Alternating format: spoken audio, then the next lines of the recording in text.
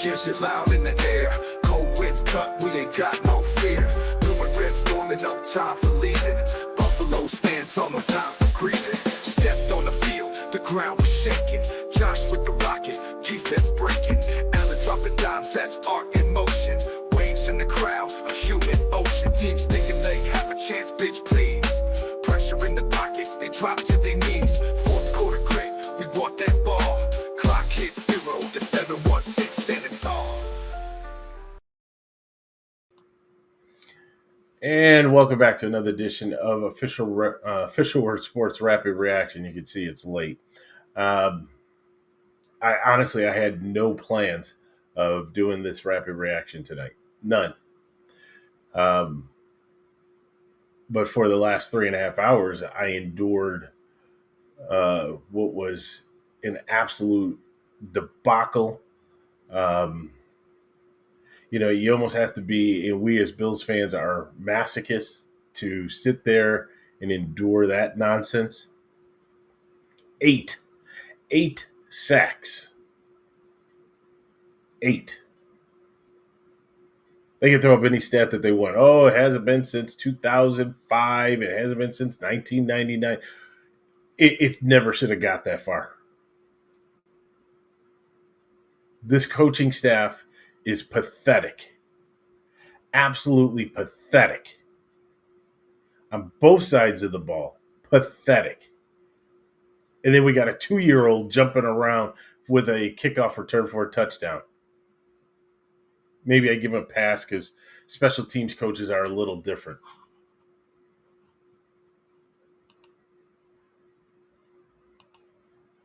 $100%. 100%, Michael. 100%. We've been saying this for past 3 years now. It's about coaching. It's about being prepared. It's about being able to make adjustments. It's about game planning. We don't do this. I don't know what's going on with this version, the 2025 version of the Buffalo Bills. I don't know if it's Joe Brady. I don't know if he's looking at that Penn State job. I don't know if he's looking at an LSU job. I don't know if he's looking at whatever he's looking at.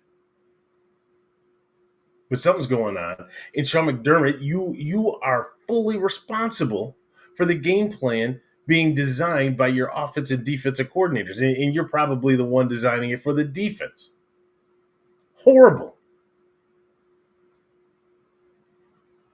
You're lucky I like my things, because if I didn't, I would be destroying television sets.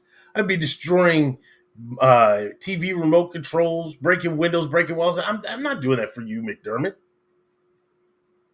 This is the After Dark show. Your ass needs to be gone. Gone. It makes no sense. I explained this, and we as Bills fans know this, so it's not, I'm not saying that I'm this offensive genius. We know this. When a team blitzes, you throw hot. You run routes like screens. You throw it to the back out of the flat. You run mesh routes. You run drags. You run slants. You don't have your quarterback do a 5 and 7-step drop or stay out of the gun 5 yards deep and hold the ball waiting for a route to develop when you have receivers that can't get open. How much sense does that make? And then you just allow your line, play after play, to get abused. Absolutely abused. Each and every one of them. You can go right down from left to right to left. Each and every one of them was abused tonight. Not one of them could withstand the pressure that the Texans put on them. And yet you expect Josh to sit back there? Like he has all day to throw the ball? Already going in, we talked about, hey, the Texans have the number 1 defense in the league. Okay, kudos. Doesn't mean that you can't beat them. You just have to beat them at their own game. And if they're going to pressure and blitz, then you throw right over the top of that. And you force them out of that. It's not rocket science. Some of the biggest plays that you had late in the game was doing just that. Throwing to Johnson, throwing to Cook, hitting Shakir. But yet, what do? They say you're going back into your playbook, the back of the playbook. That wasn't the back of the playbook. You have all these trick plays right on page 1. You don't need to do that.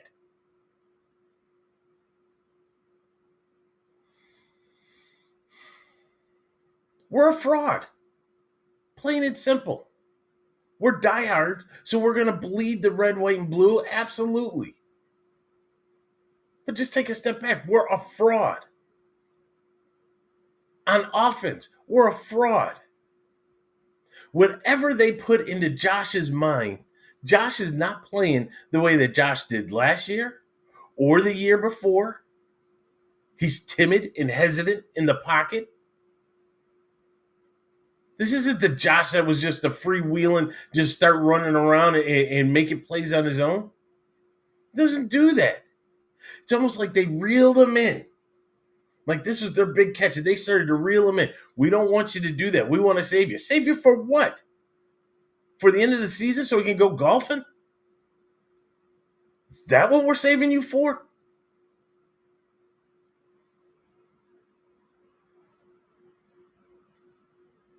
You have receivers. You have receivers. But you have to scheme them open. You have to get with Josh. You look at that play, even though there was a penalty on the last play, why are you taking the deep man when you had a man wide open on the sidelines? Why? Without that ball being intercepted, it would have been caught. And guess what? Even if you had the penalty, you still would have had a chance at another down because then they would have accepted the penalty. Josh is not playing smart. He's playing like somebody's in his ear. He's not playing like he is just free to go out there and play.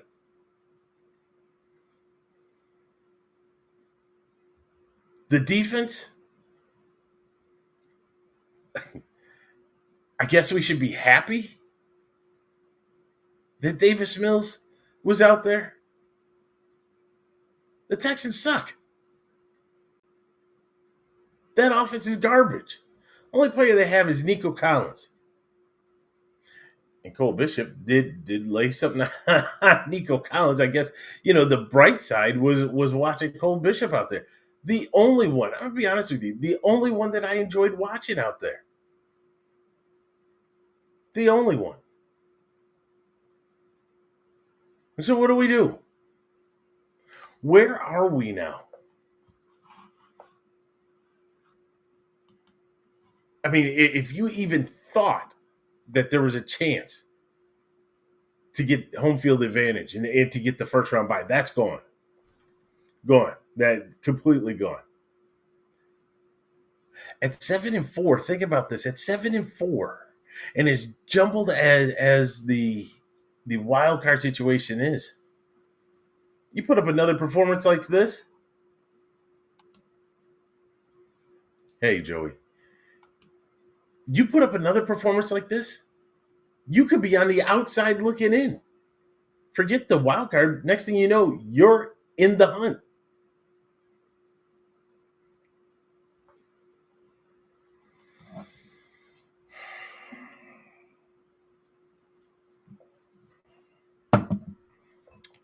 I so desperately want to break something. I don't think you guys understand. I so desperately want to break something. I need to relieve some stress. Maybe I'll go golfing and just start banging on golf balls and put McDermott's face on the golf ball. Because I need to start hitting something. And Terry Bagula, you are equally as responsible. You've given the keys to the kingdom to Brandon Beane. He's proven to be incompetent.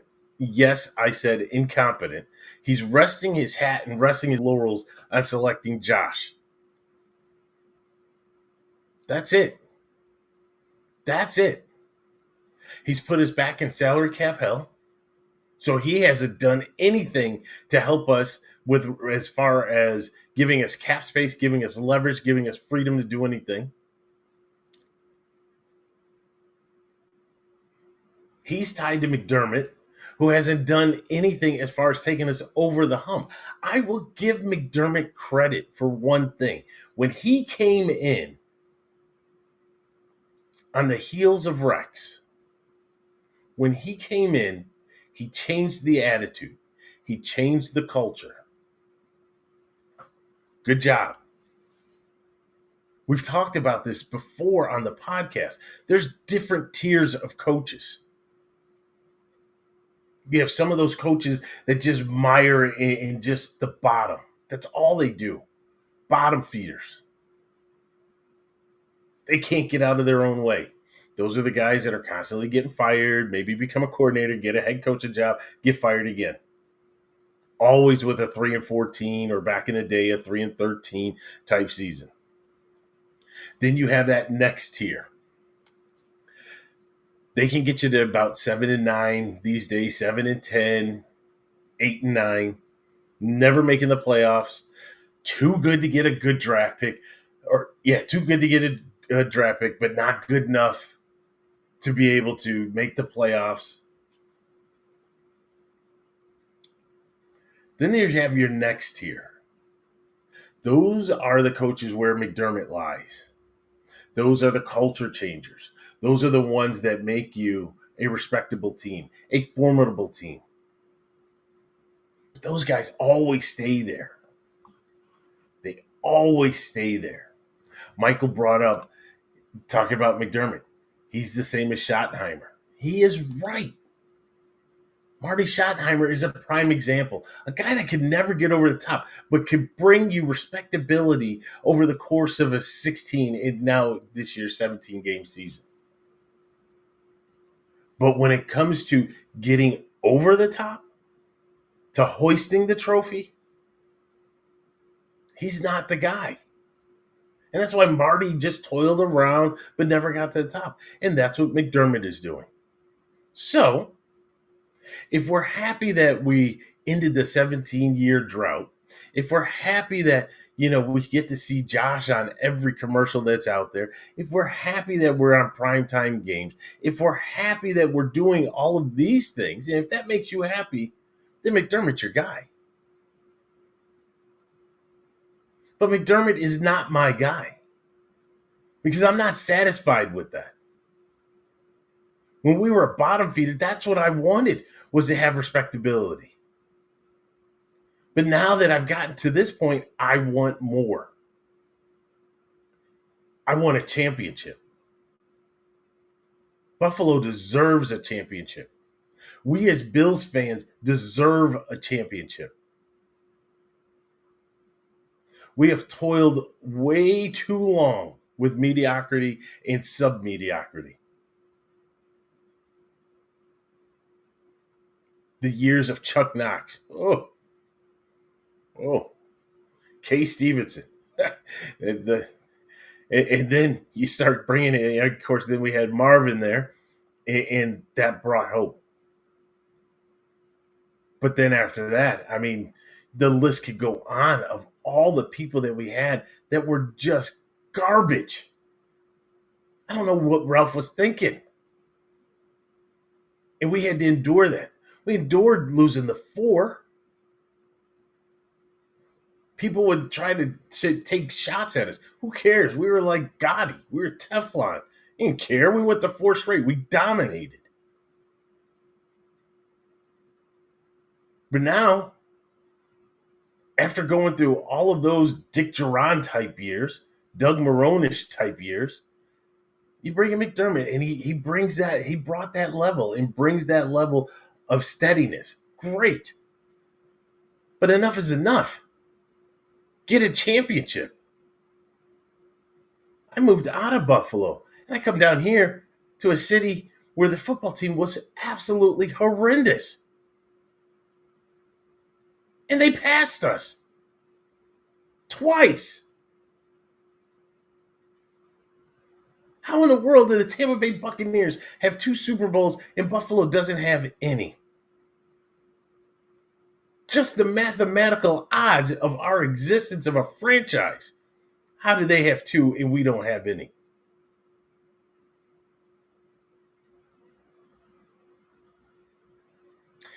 Probably because the ownership takes advantage of the fans that we have in Buffalo and across the globe, knowing that we're diehards. And they know that we're going to buy the hat and buy the jacket. They know that. And that's what's most important to them. Because if winning was most important, then McDermott would be out of here. Winning was most important to the Glazers in Tampa. And Tony Dungy, a very respectable man in the community and in the franchise and within the locker room with his teammates, they told him, you got to go. And they made a deal to bring in Gruden. Some say it was a deal with the devil. They got them a Super Bowl. Sure enough, got them a Super Bowl.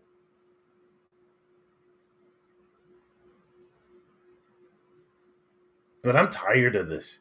I'm tired of doing the podcast and coming on and talking about, oh, hey, it's a great day. We beat the Saints. And then having to come back on and lose to a team like the Dolphins and now lose to a team like the Texans. There's no way you lose this game. You can't put it all on Brady. And Brady has a lot to own up to on this. It goes to McDermott. Look at the faces and the expressions. If you guys remember the faces and the expressions of the players from the Texans. And then we're not talking about the end of the game. They were having fun. They were running around. They were having fun. You look across the field, you just got a bunch of guys that were just glad that the flight landed and couldn't wait to get back on the flight to get back to Buffalo. They didn't want to be there. No emotion. None. And when you have that mindset, you have that mentality, you become susceptible to injury. Not to mention that it was a Thursday game. Don't get me started on the Thursday game. But that's what happens. When you're not giving your all, when you're not fully into it, you're going through the motions. You leave yourself susceptible. So Max get hurt, Bernard get hurt, Josh got hurt, Spencer Brown got hurt. We go all the way down the list of injuries. I mean, it's huge. And then 8 sacks? Really? Really? We're happy with 8 sacks? That's what we're about? Giving up 8 sacks? Let me go through this real quick. I'm not going to stay on too much longer, guys. Josh, 24, 34, 253, no touchdowns, 2 interceptions. James Cook, 17 for 116, 6.8 average, 1 touchdown. Mind you, that was against the league's number 1 rush defense.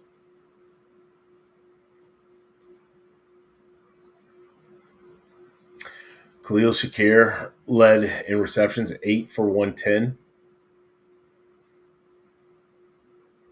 A bunch of players had 3 receptions.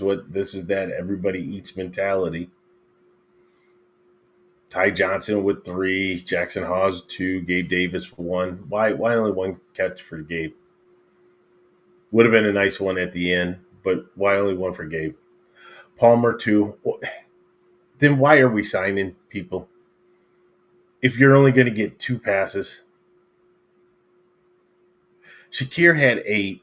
They could have run mesh routes all night long with Palmer and Shakir. If they brought attention and double over to Shakir, Palmer would have been wide open. And then catch and run. Catch and run. Keep doing that until all of a sudden they're like, whoa, we can't bring pressure like that. And then tell their 4 guys, hey, we're going to need you to beat their 5. Palmer should have 8 catches as well. Forget this, everybody eats.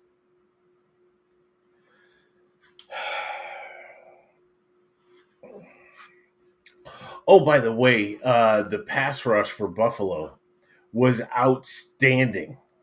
Outstanding. Um, let's see. Joey Bosa, no sacks. Um, let's see. Greg Rousseau, no sacks. Number 57, no sacks. Um, do I need to keep going down the list? No sacks. No sacks. Well, some may say sacks aren't really what it's all about. It's about the pressures and the QB hits. Okay, sure. Let's go to that. Number 57, no hits on the quarterback. Greg Rousseau, no hits on the quarterback. Joey Bosa, 2. Okay. Daquan Jones, 2. That's it. That's it.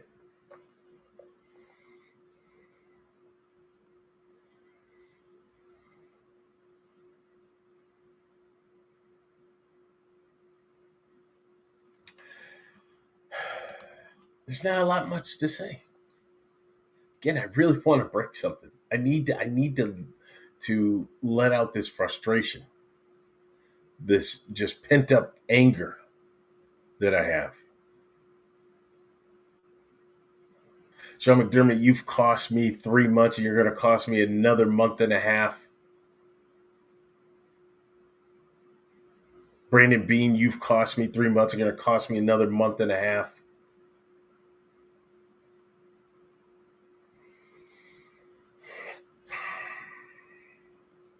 Something's got to change.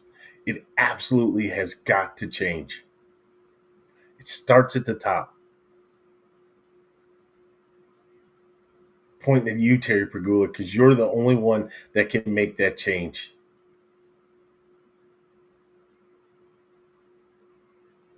I'd love to come back and look at this and say, hey, you know what? I need to eat my words.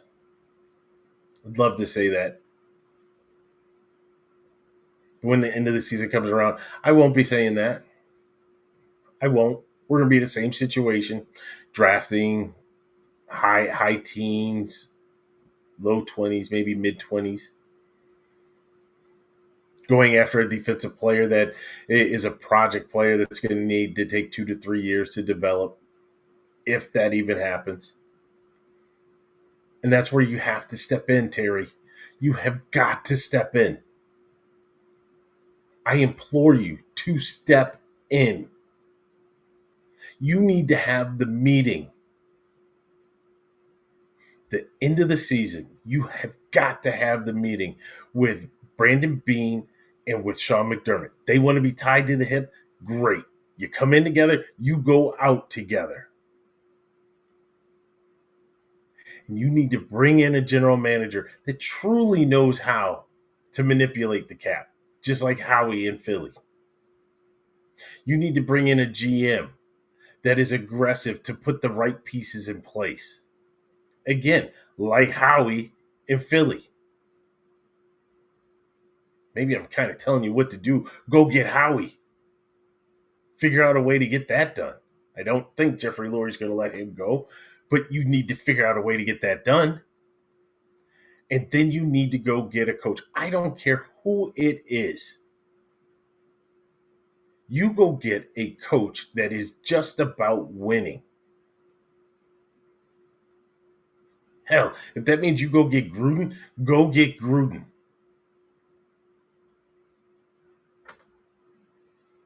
We can't go through this again. We can't. We can't.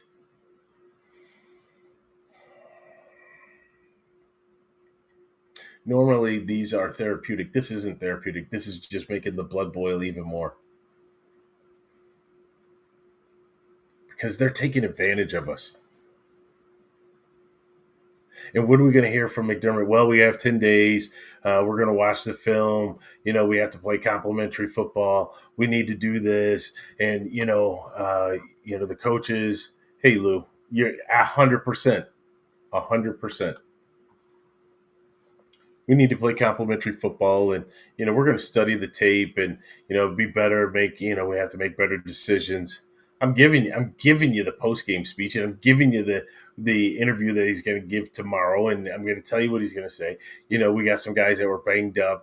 These men played their hearts out, and we're going to allow these 10 days for these men to recover. We got some true warriors out there, and we're going to be ready. That's what he's going to say. Instead of holding people accountable,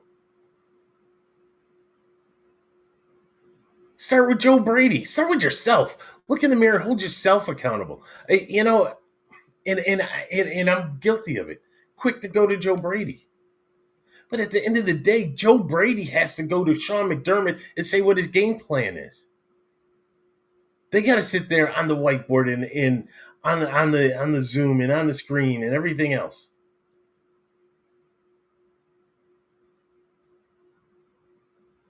And you have to say, this is how we're going to attack that. And he, being a defensive-minded coach, that is a peer of DeMeco Ryans, should say, well, this is the type of defense they're going to, how are you going to combat that? And Joe should come back and say, well, we need to have quick passing. We need to get the ball out of Josh's hands fast so that they can't establish any type of sustained pass rush. Joe should come back and say that if we just throw over the top, get Josh out of holding the ball for 3 to 4 seconds and get that ball out of his hands in 1.5 to 2 seconds. Do some mesh routes, do some screens, do some flares. If we do that, we'll have a high completion percentage. We'll get the yard after the catch. Okay. All right, that sounds good. And then what happens? Then the defense is going to back off a little bit. They're going to be more of a read and react instead of just coming at us. That's what should have been said. And McDermott would have said, I bless that. No, you know what McDermott blessed? What's your game plan? Well, hey, now we got Gabe, and you remember what Gabe did against Kansas City, and you remember the big 98-yarder he had against Pittsburgh. Oh, we're going to try to go deep if he's open there. We're going to have Josh just sit back in the pocket for about 4 to 5 seconds. We know he's going to get a lot of pressure, but, Josh is a big guy. He can handle it. No, that sounds good. Good game plan, Joe.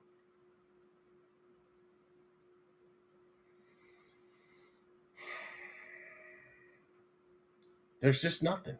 There's nothing.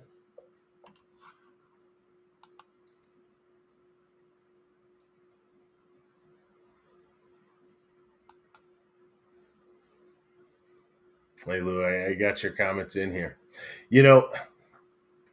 Speaking of field goals,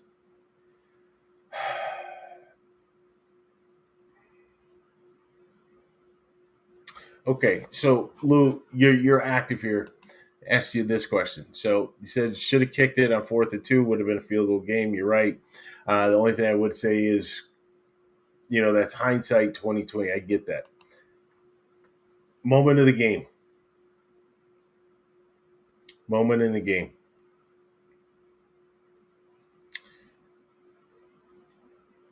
If you as a head coach, this is early on, and this should have told us what was going to happen.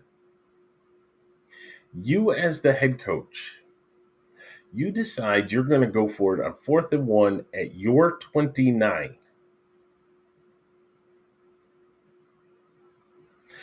What kind of logic does that make going on the road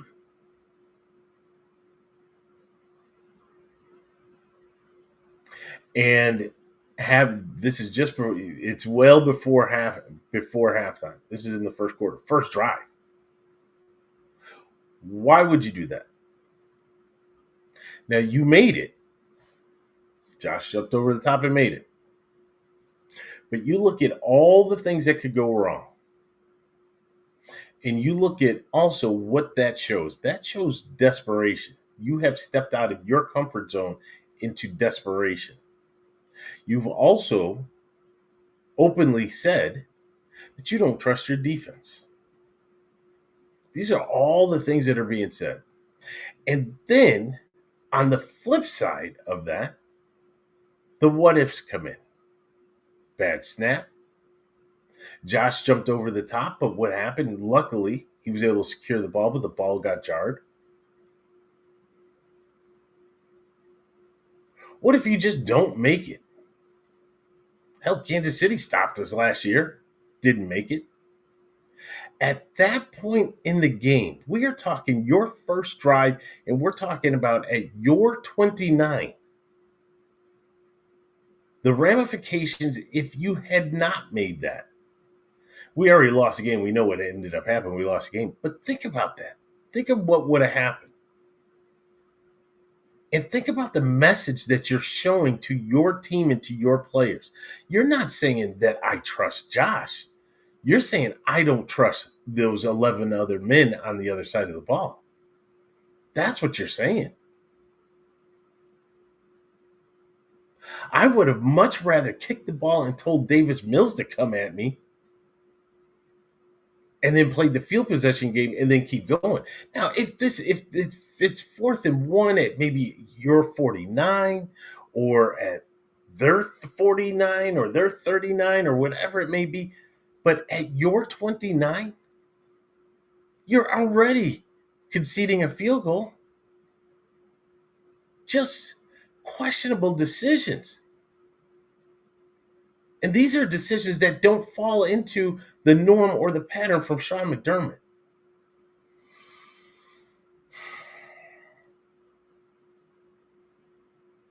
I just want to win. I just want to win. That's all I ask for. I just want to win. I want a championship.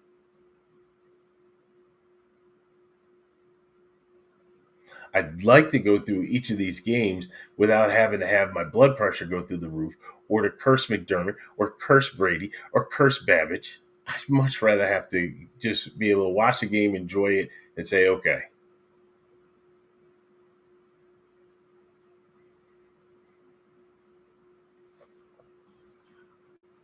Hey, Lou, you have something else here, and I have another question for you. The whole deal is trusting the franchise guy with the ball. Pass or fail, let them call it. The defense was holding to a field goal till they got tired. Fair enough. Do you think, Lou, and now we're having a direct conversation, but let me ask you this question. I get a sense that Josh does not have full autonomy of this offense. I don't think Josh, he can make some checks, but I don't think he has the full range, the full scope, unless he gets in maybe to a 2-minute type offense. But just in the regular game, if he sees things, to check out of it, to truly check out of it, change the routes. I don't think he has that. We know what Kelly had and the freedom that Kelly had. I think Josh has earned it. Because with Josh at the helm to be able to call the way he sees it and the feel of the game that he sees and that he's going through, those calls that were coming in from the top quite possibly could have been a lot different. And I'm just curious. I don't know what is being given to Allen from McDermott or from Brady, but I got a feeling that this group, this core, is kind of like the group of micromanagers. They want to hold everything tight. They want control of everything.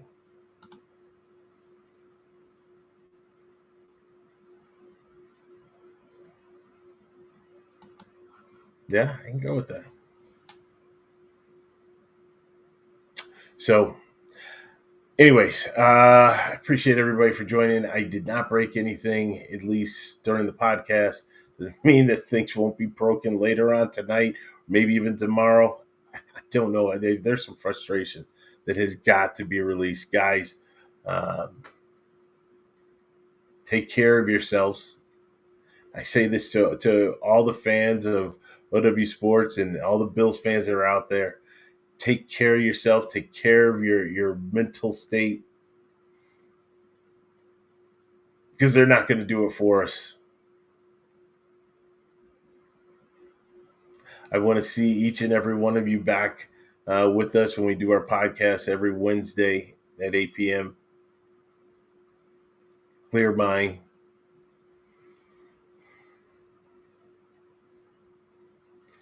And yeah, we'll be back on before Turkey Day. And yeah, that not a lot I have for you. So yeah, that's gonna wrap this one up.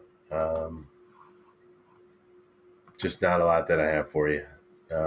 Very disappointing, very heartbreaking, but less than heartbreaking, disappointing. And the fact that we have to continue with the coaching staff, the ineptness, year after year.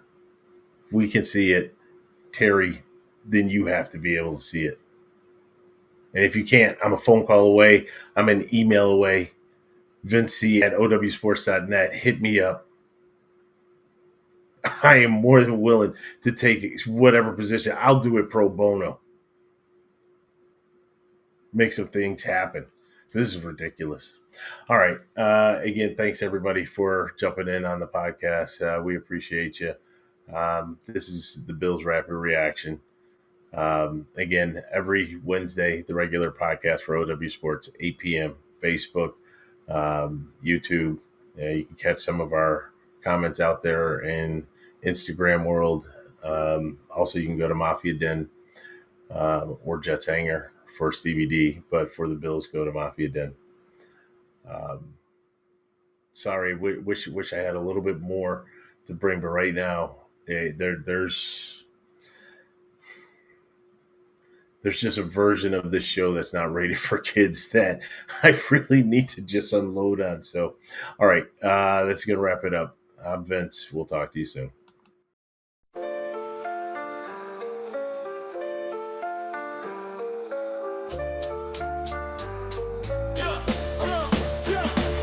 It's OW Sports Rapid Reaction on state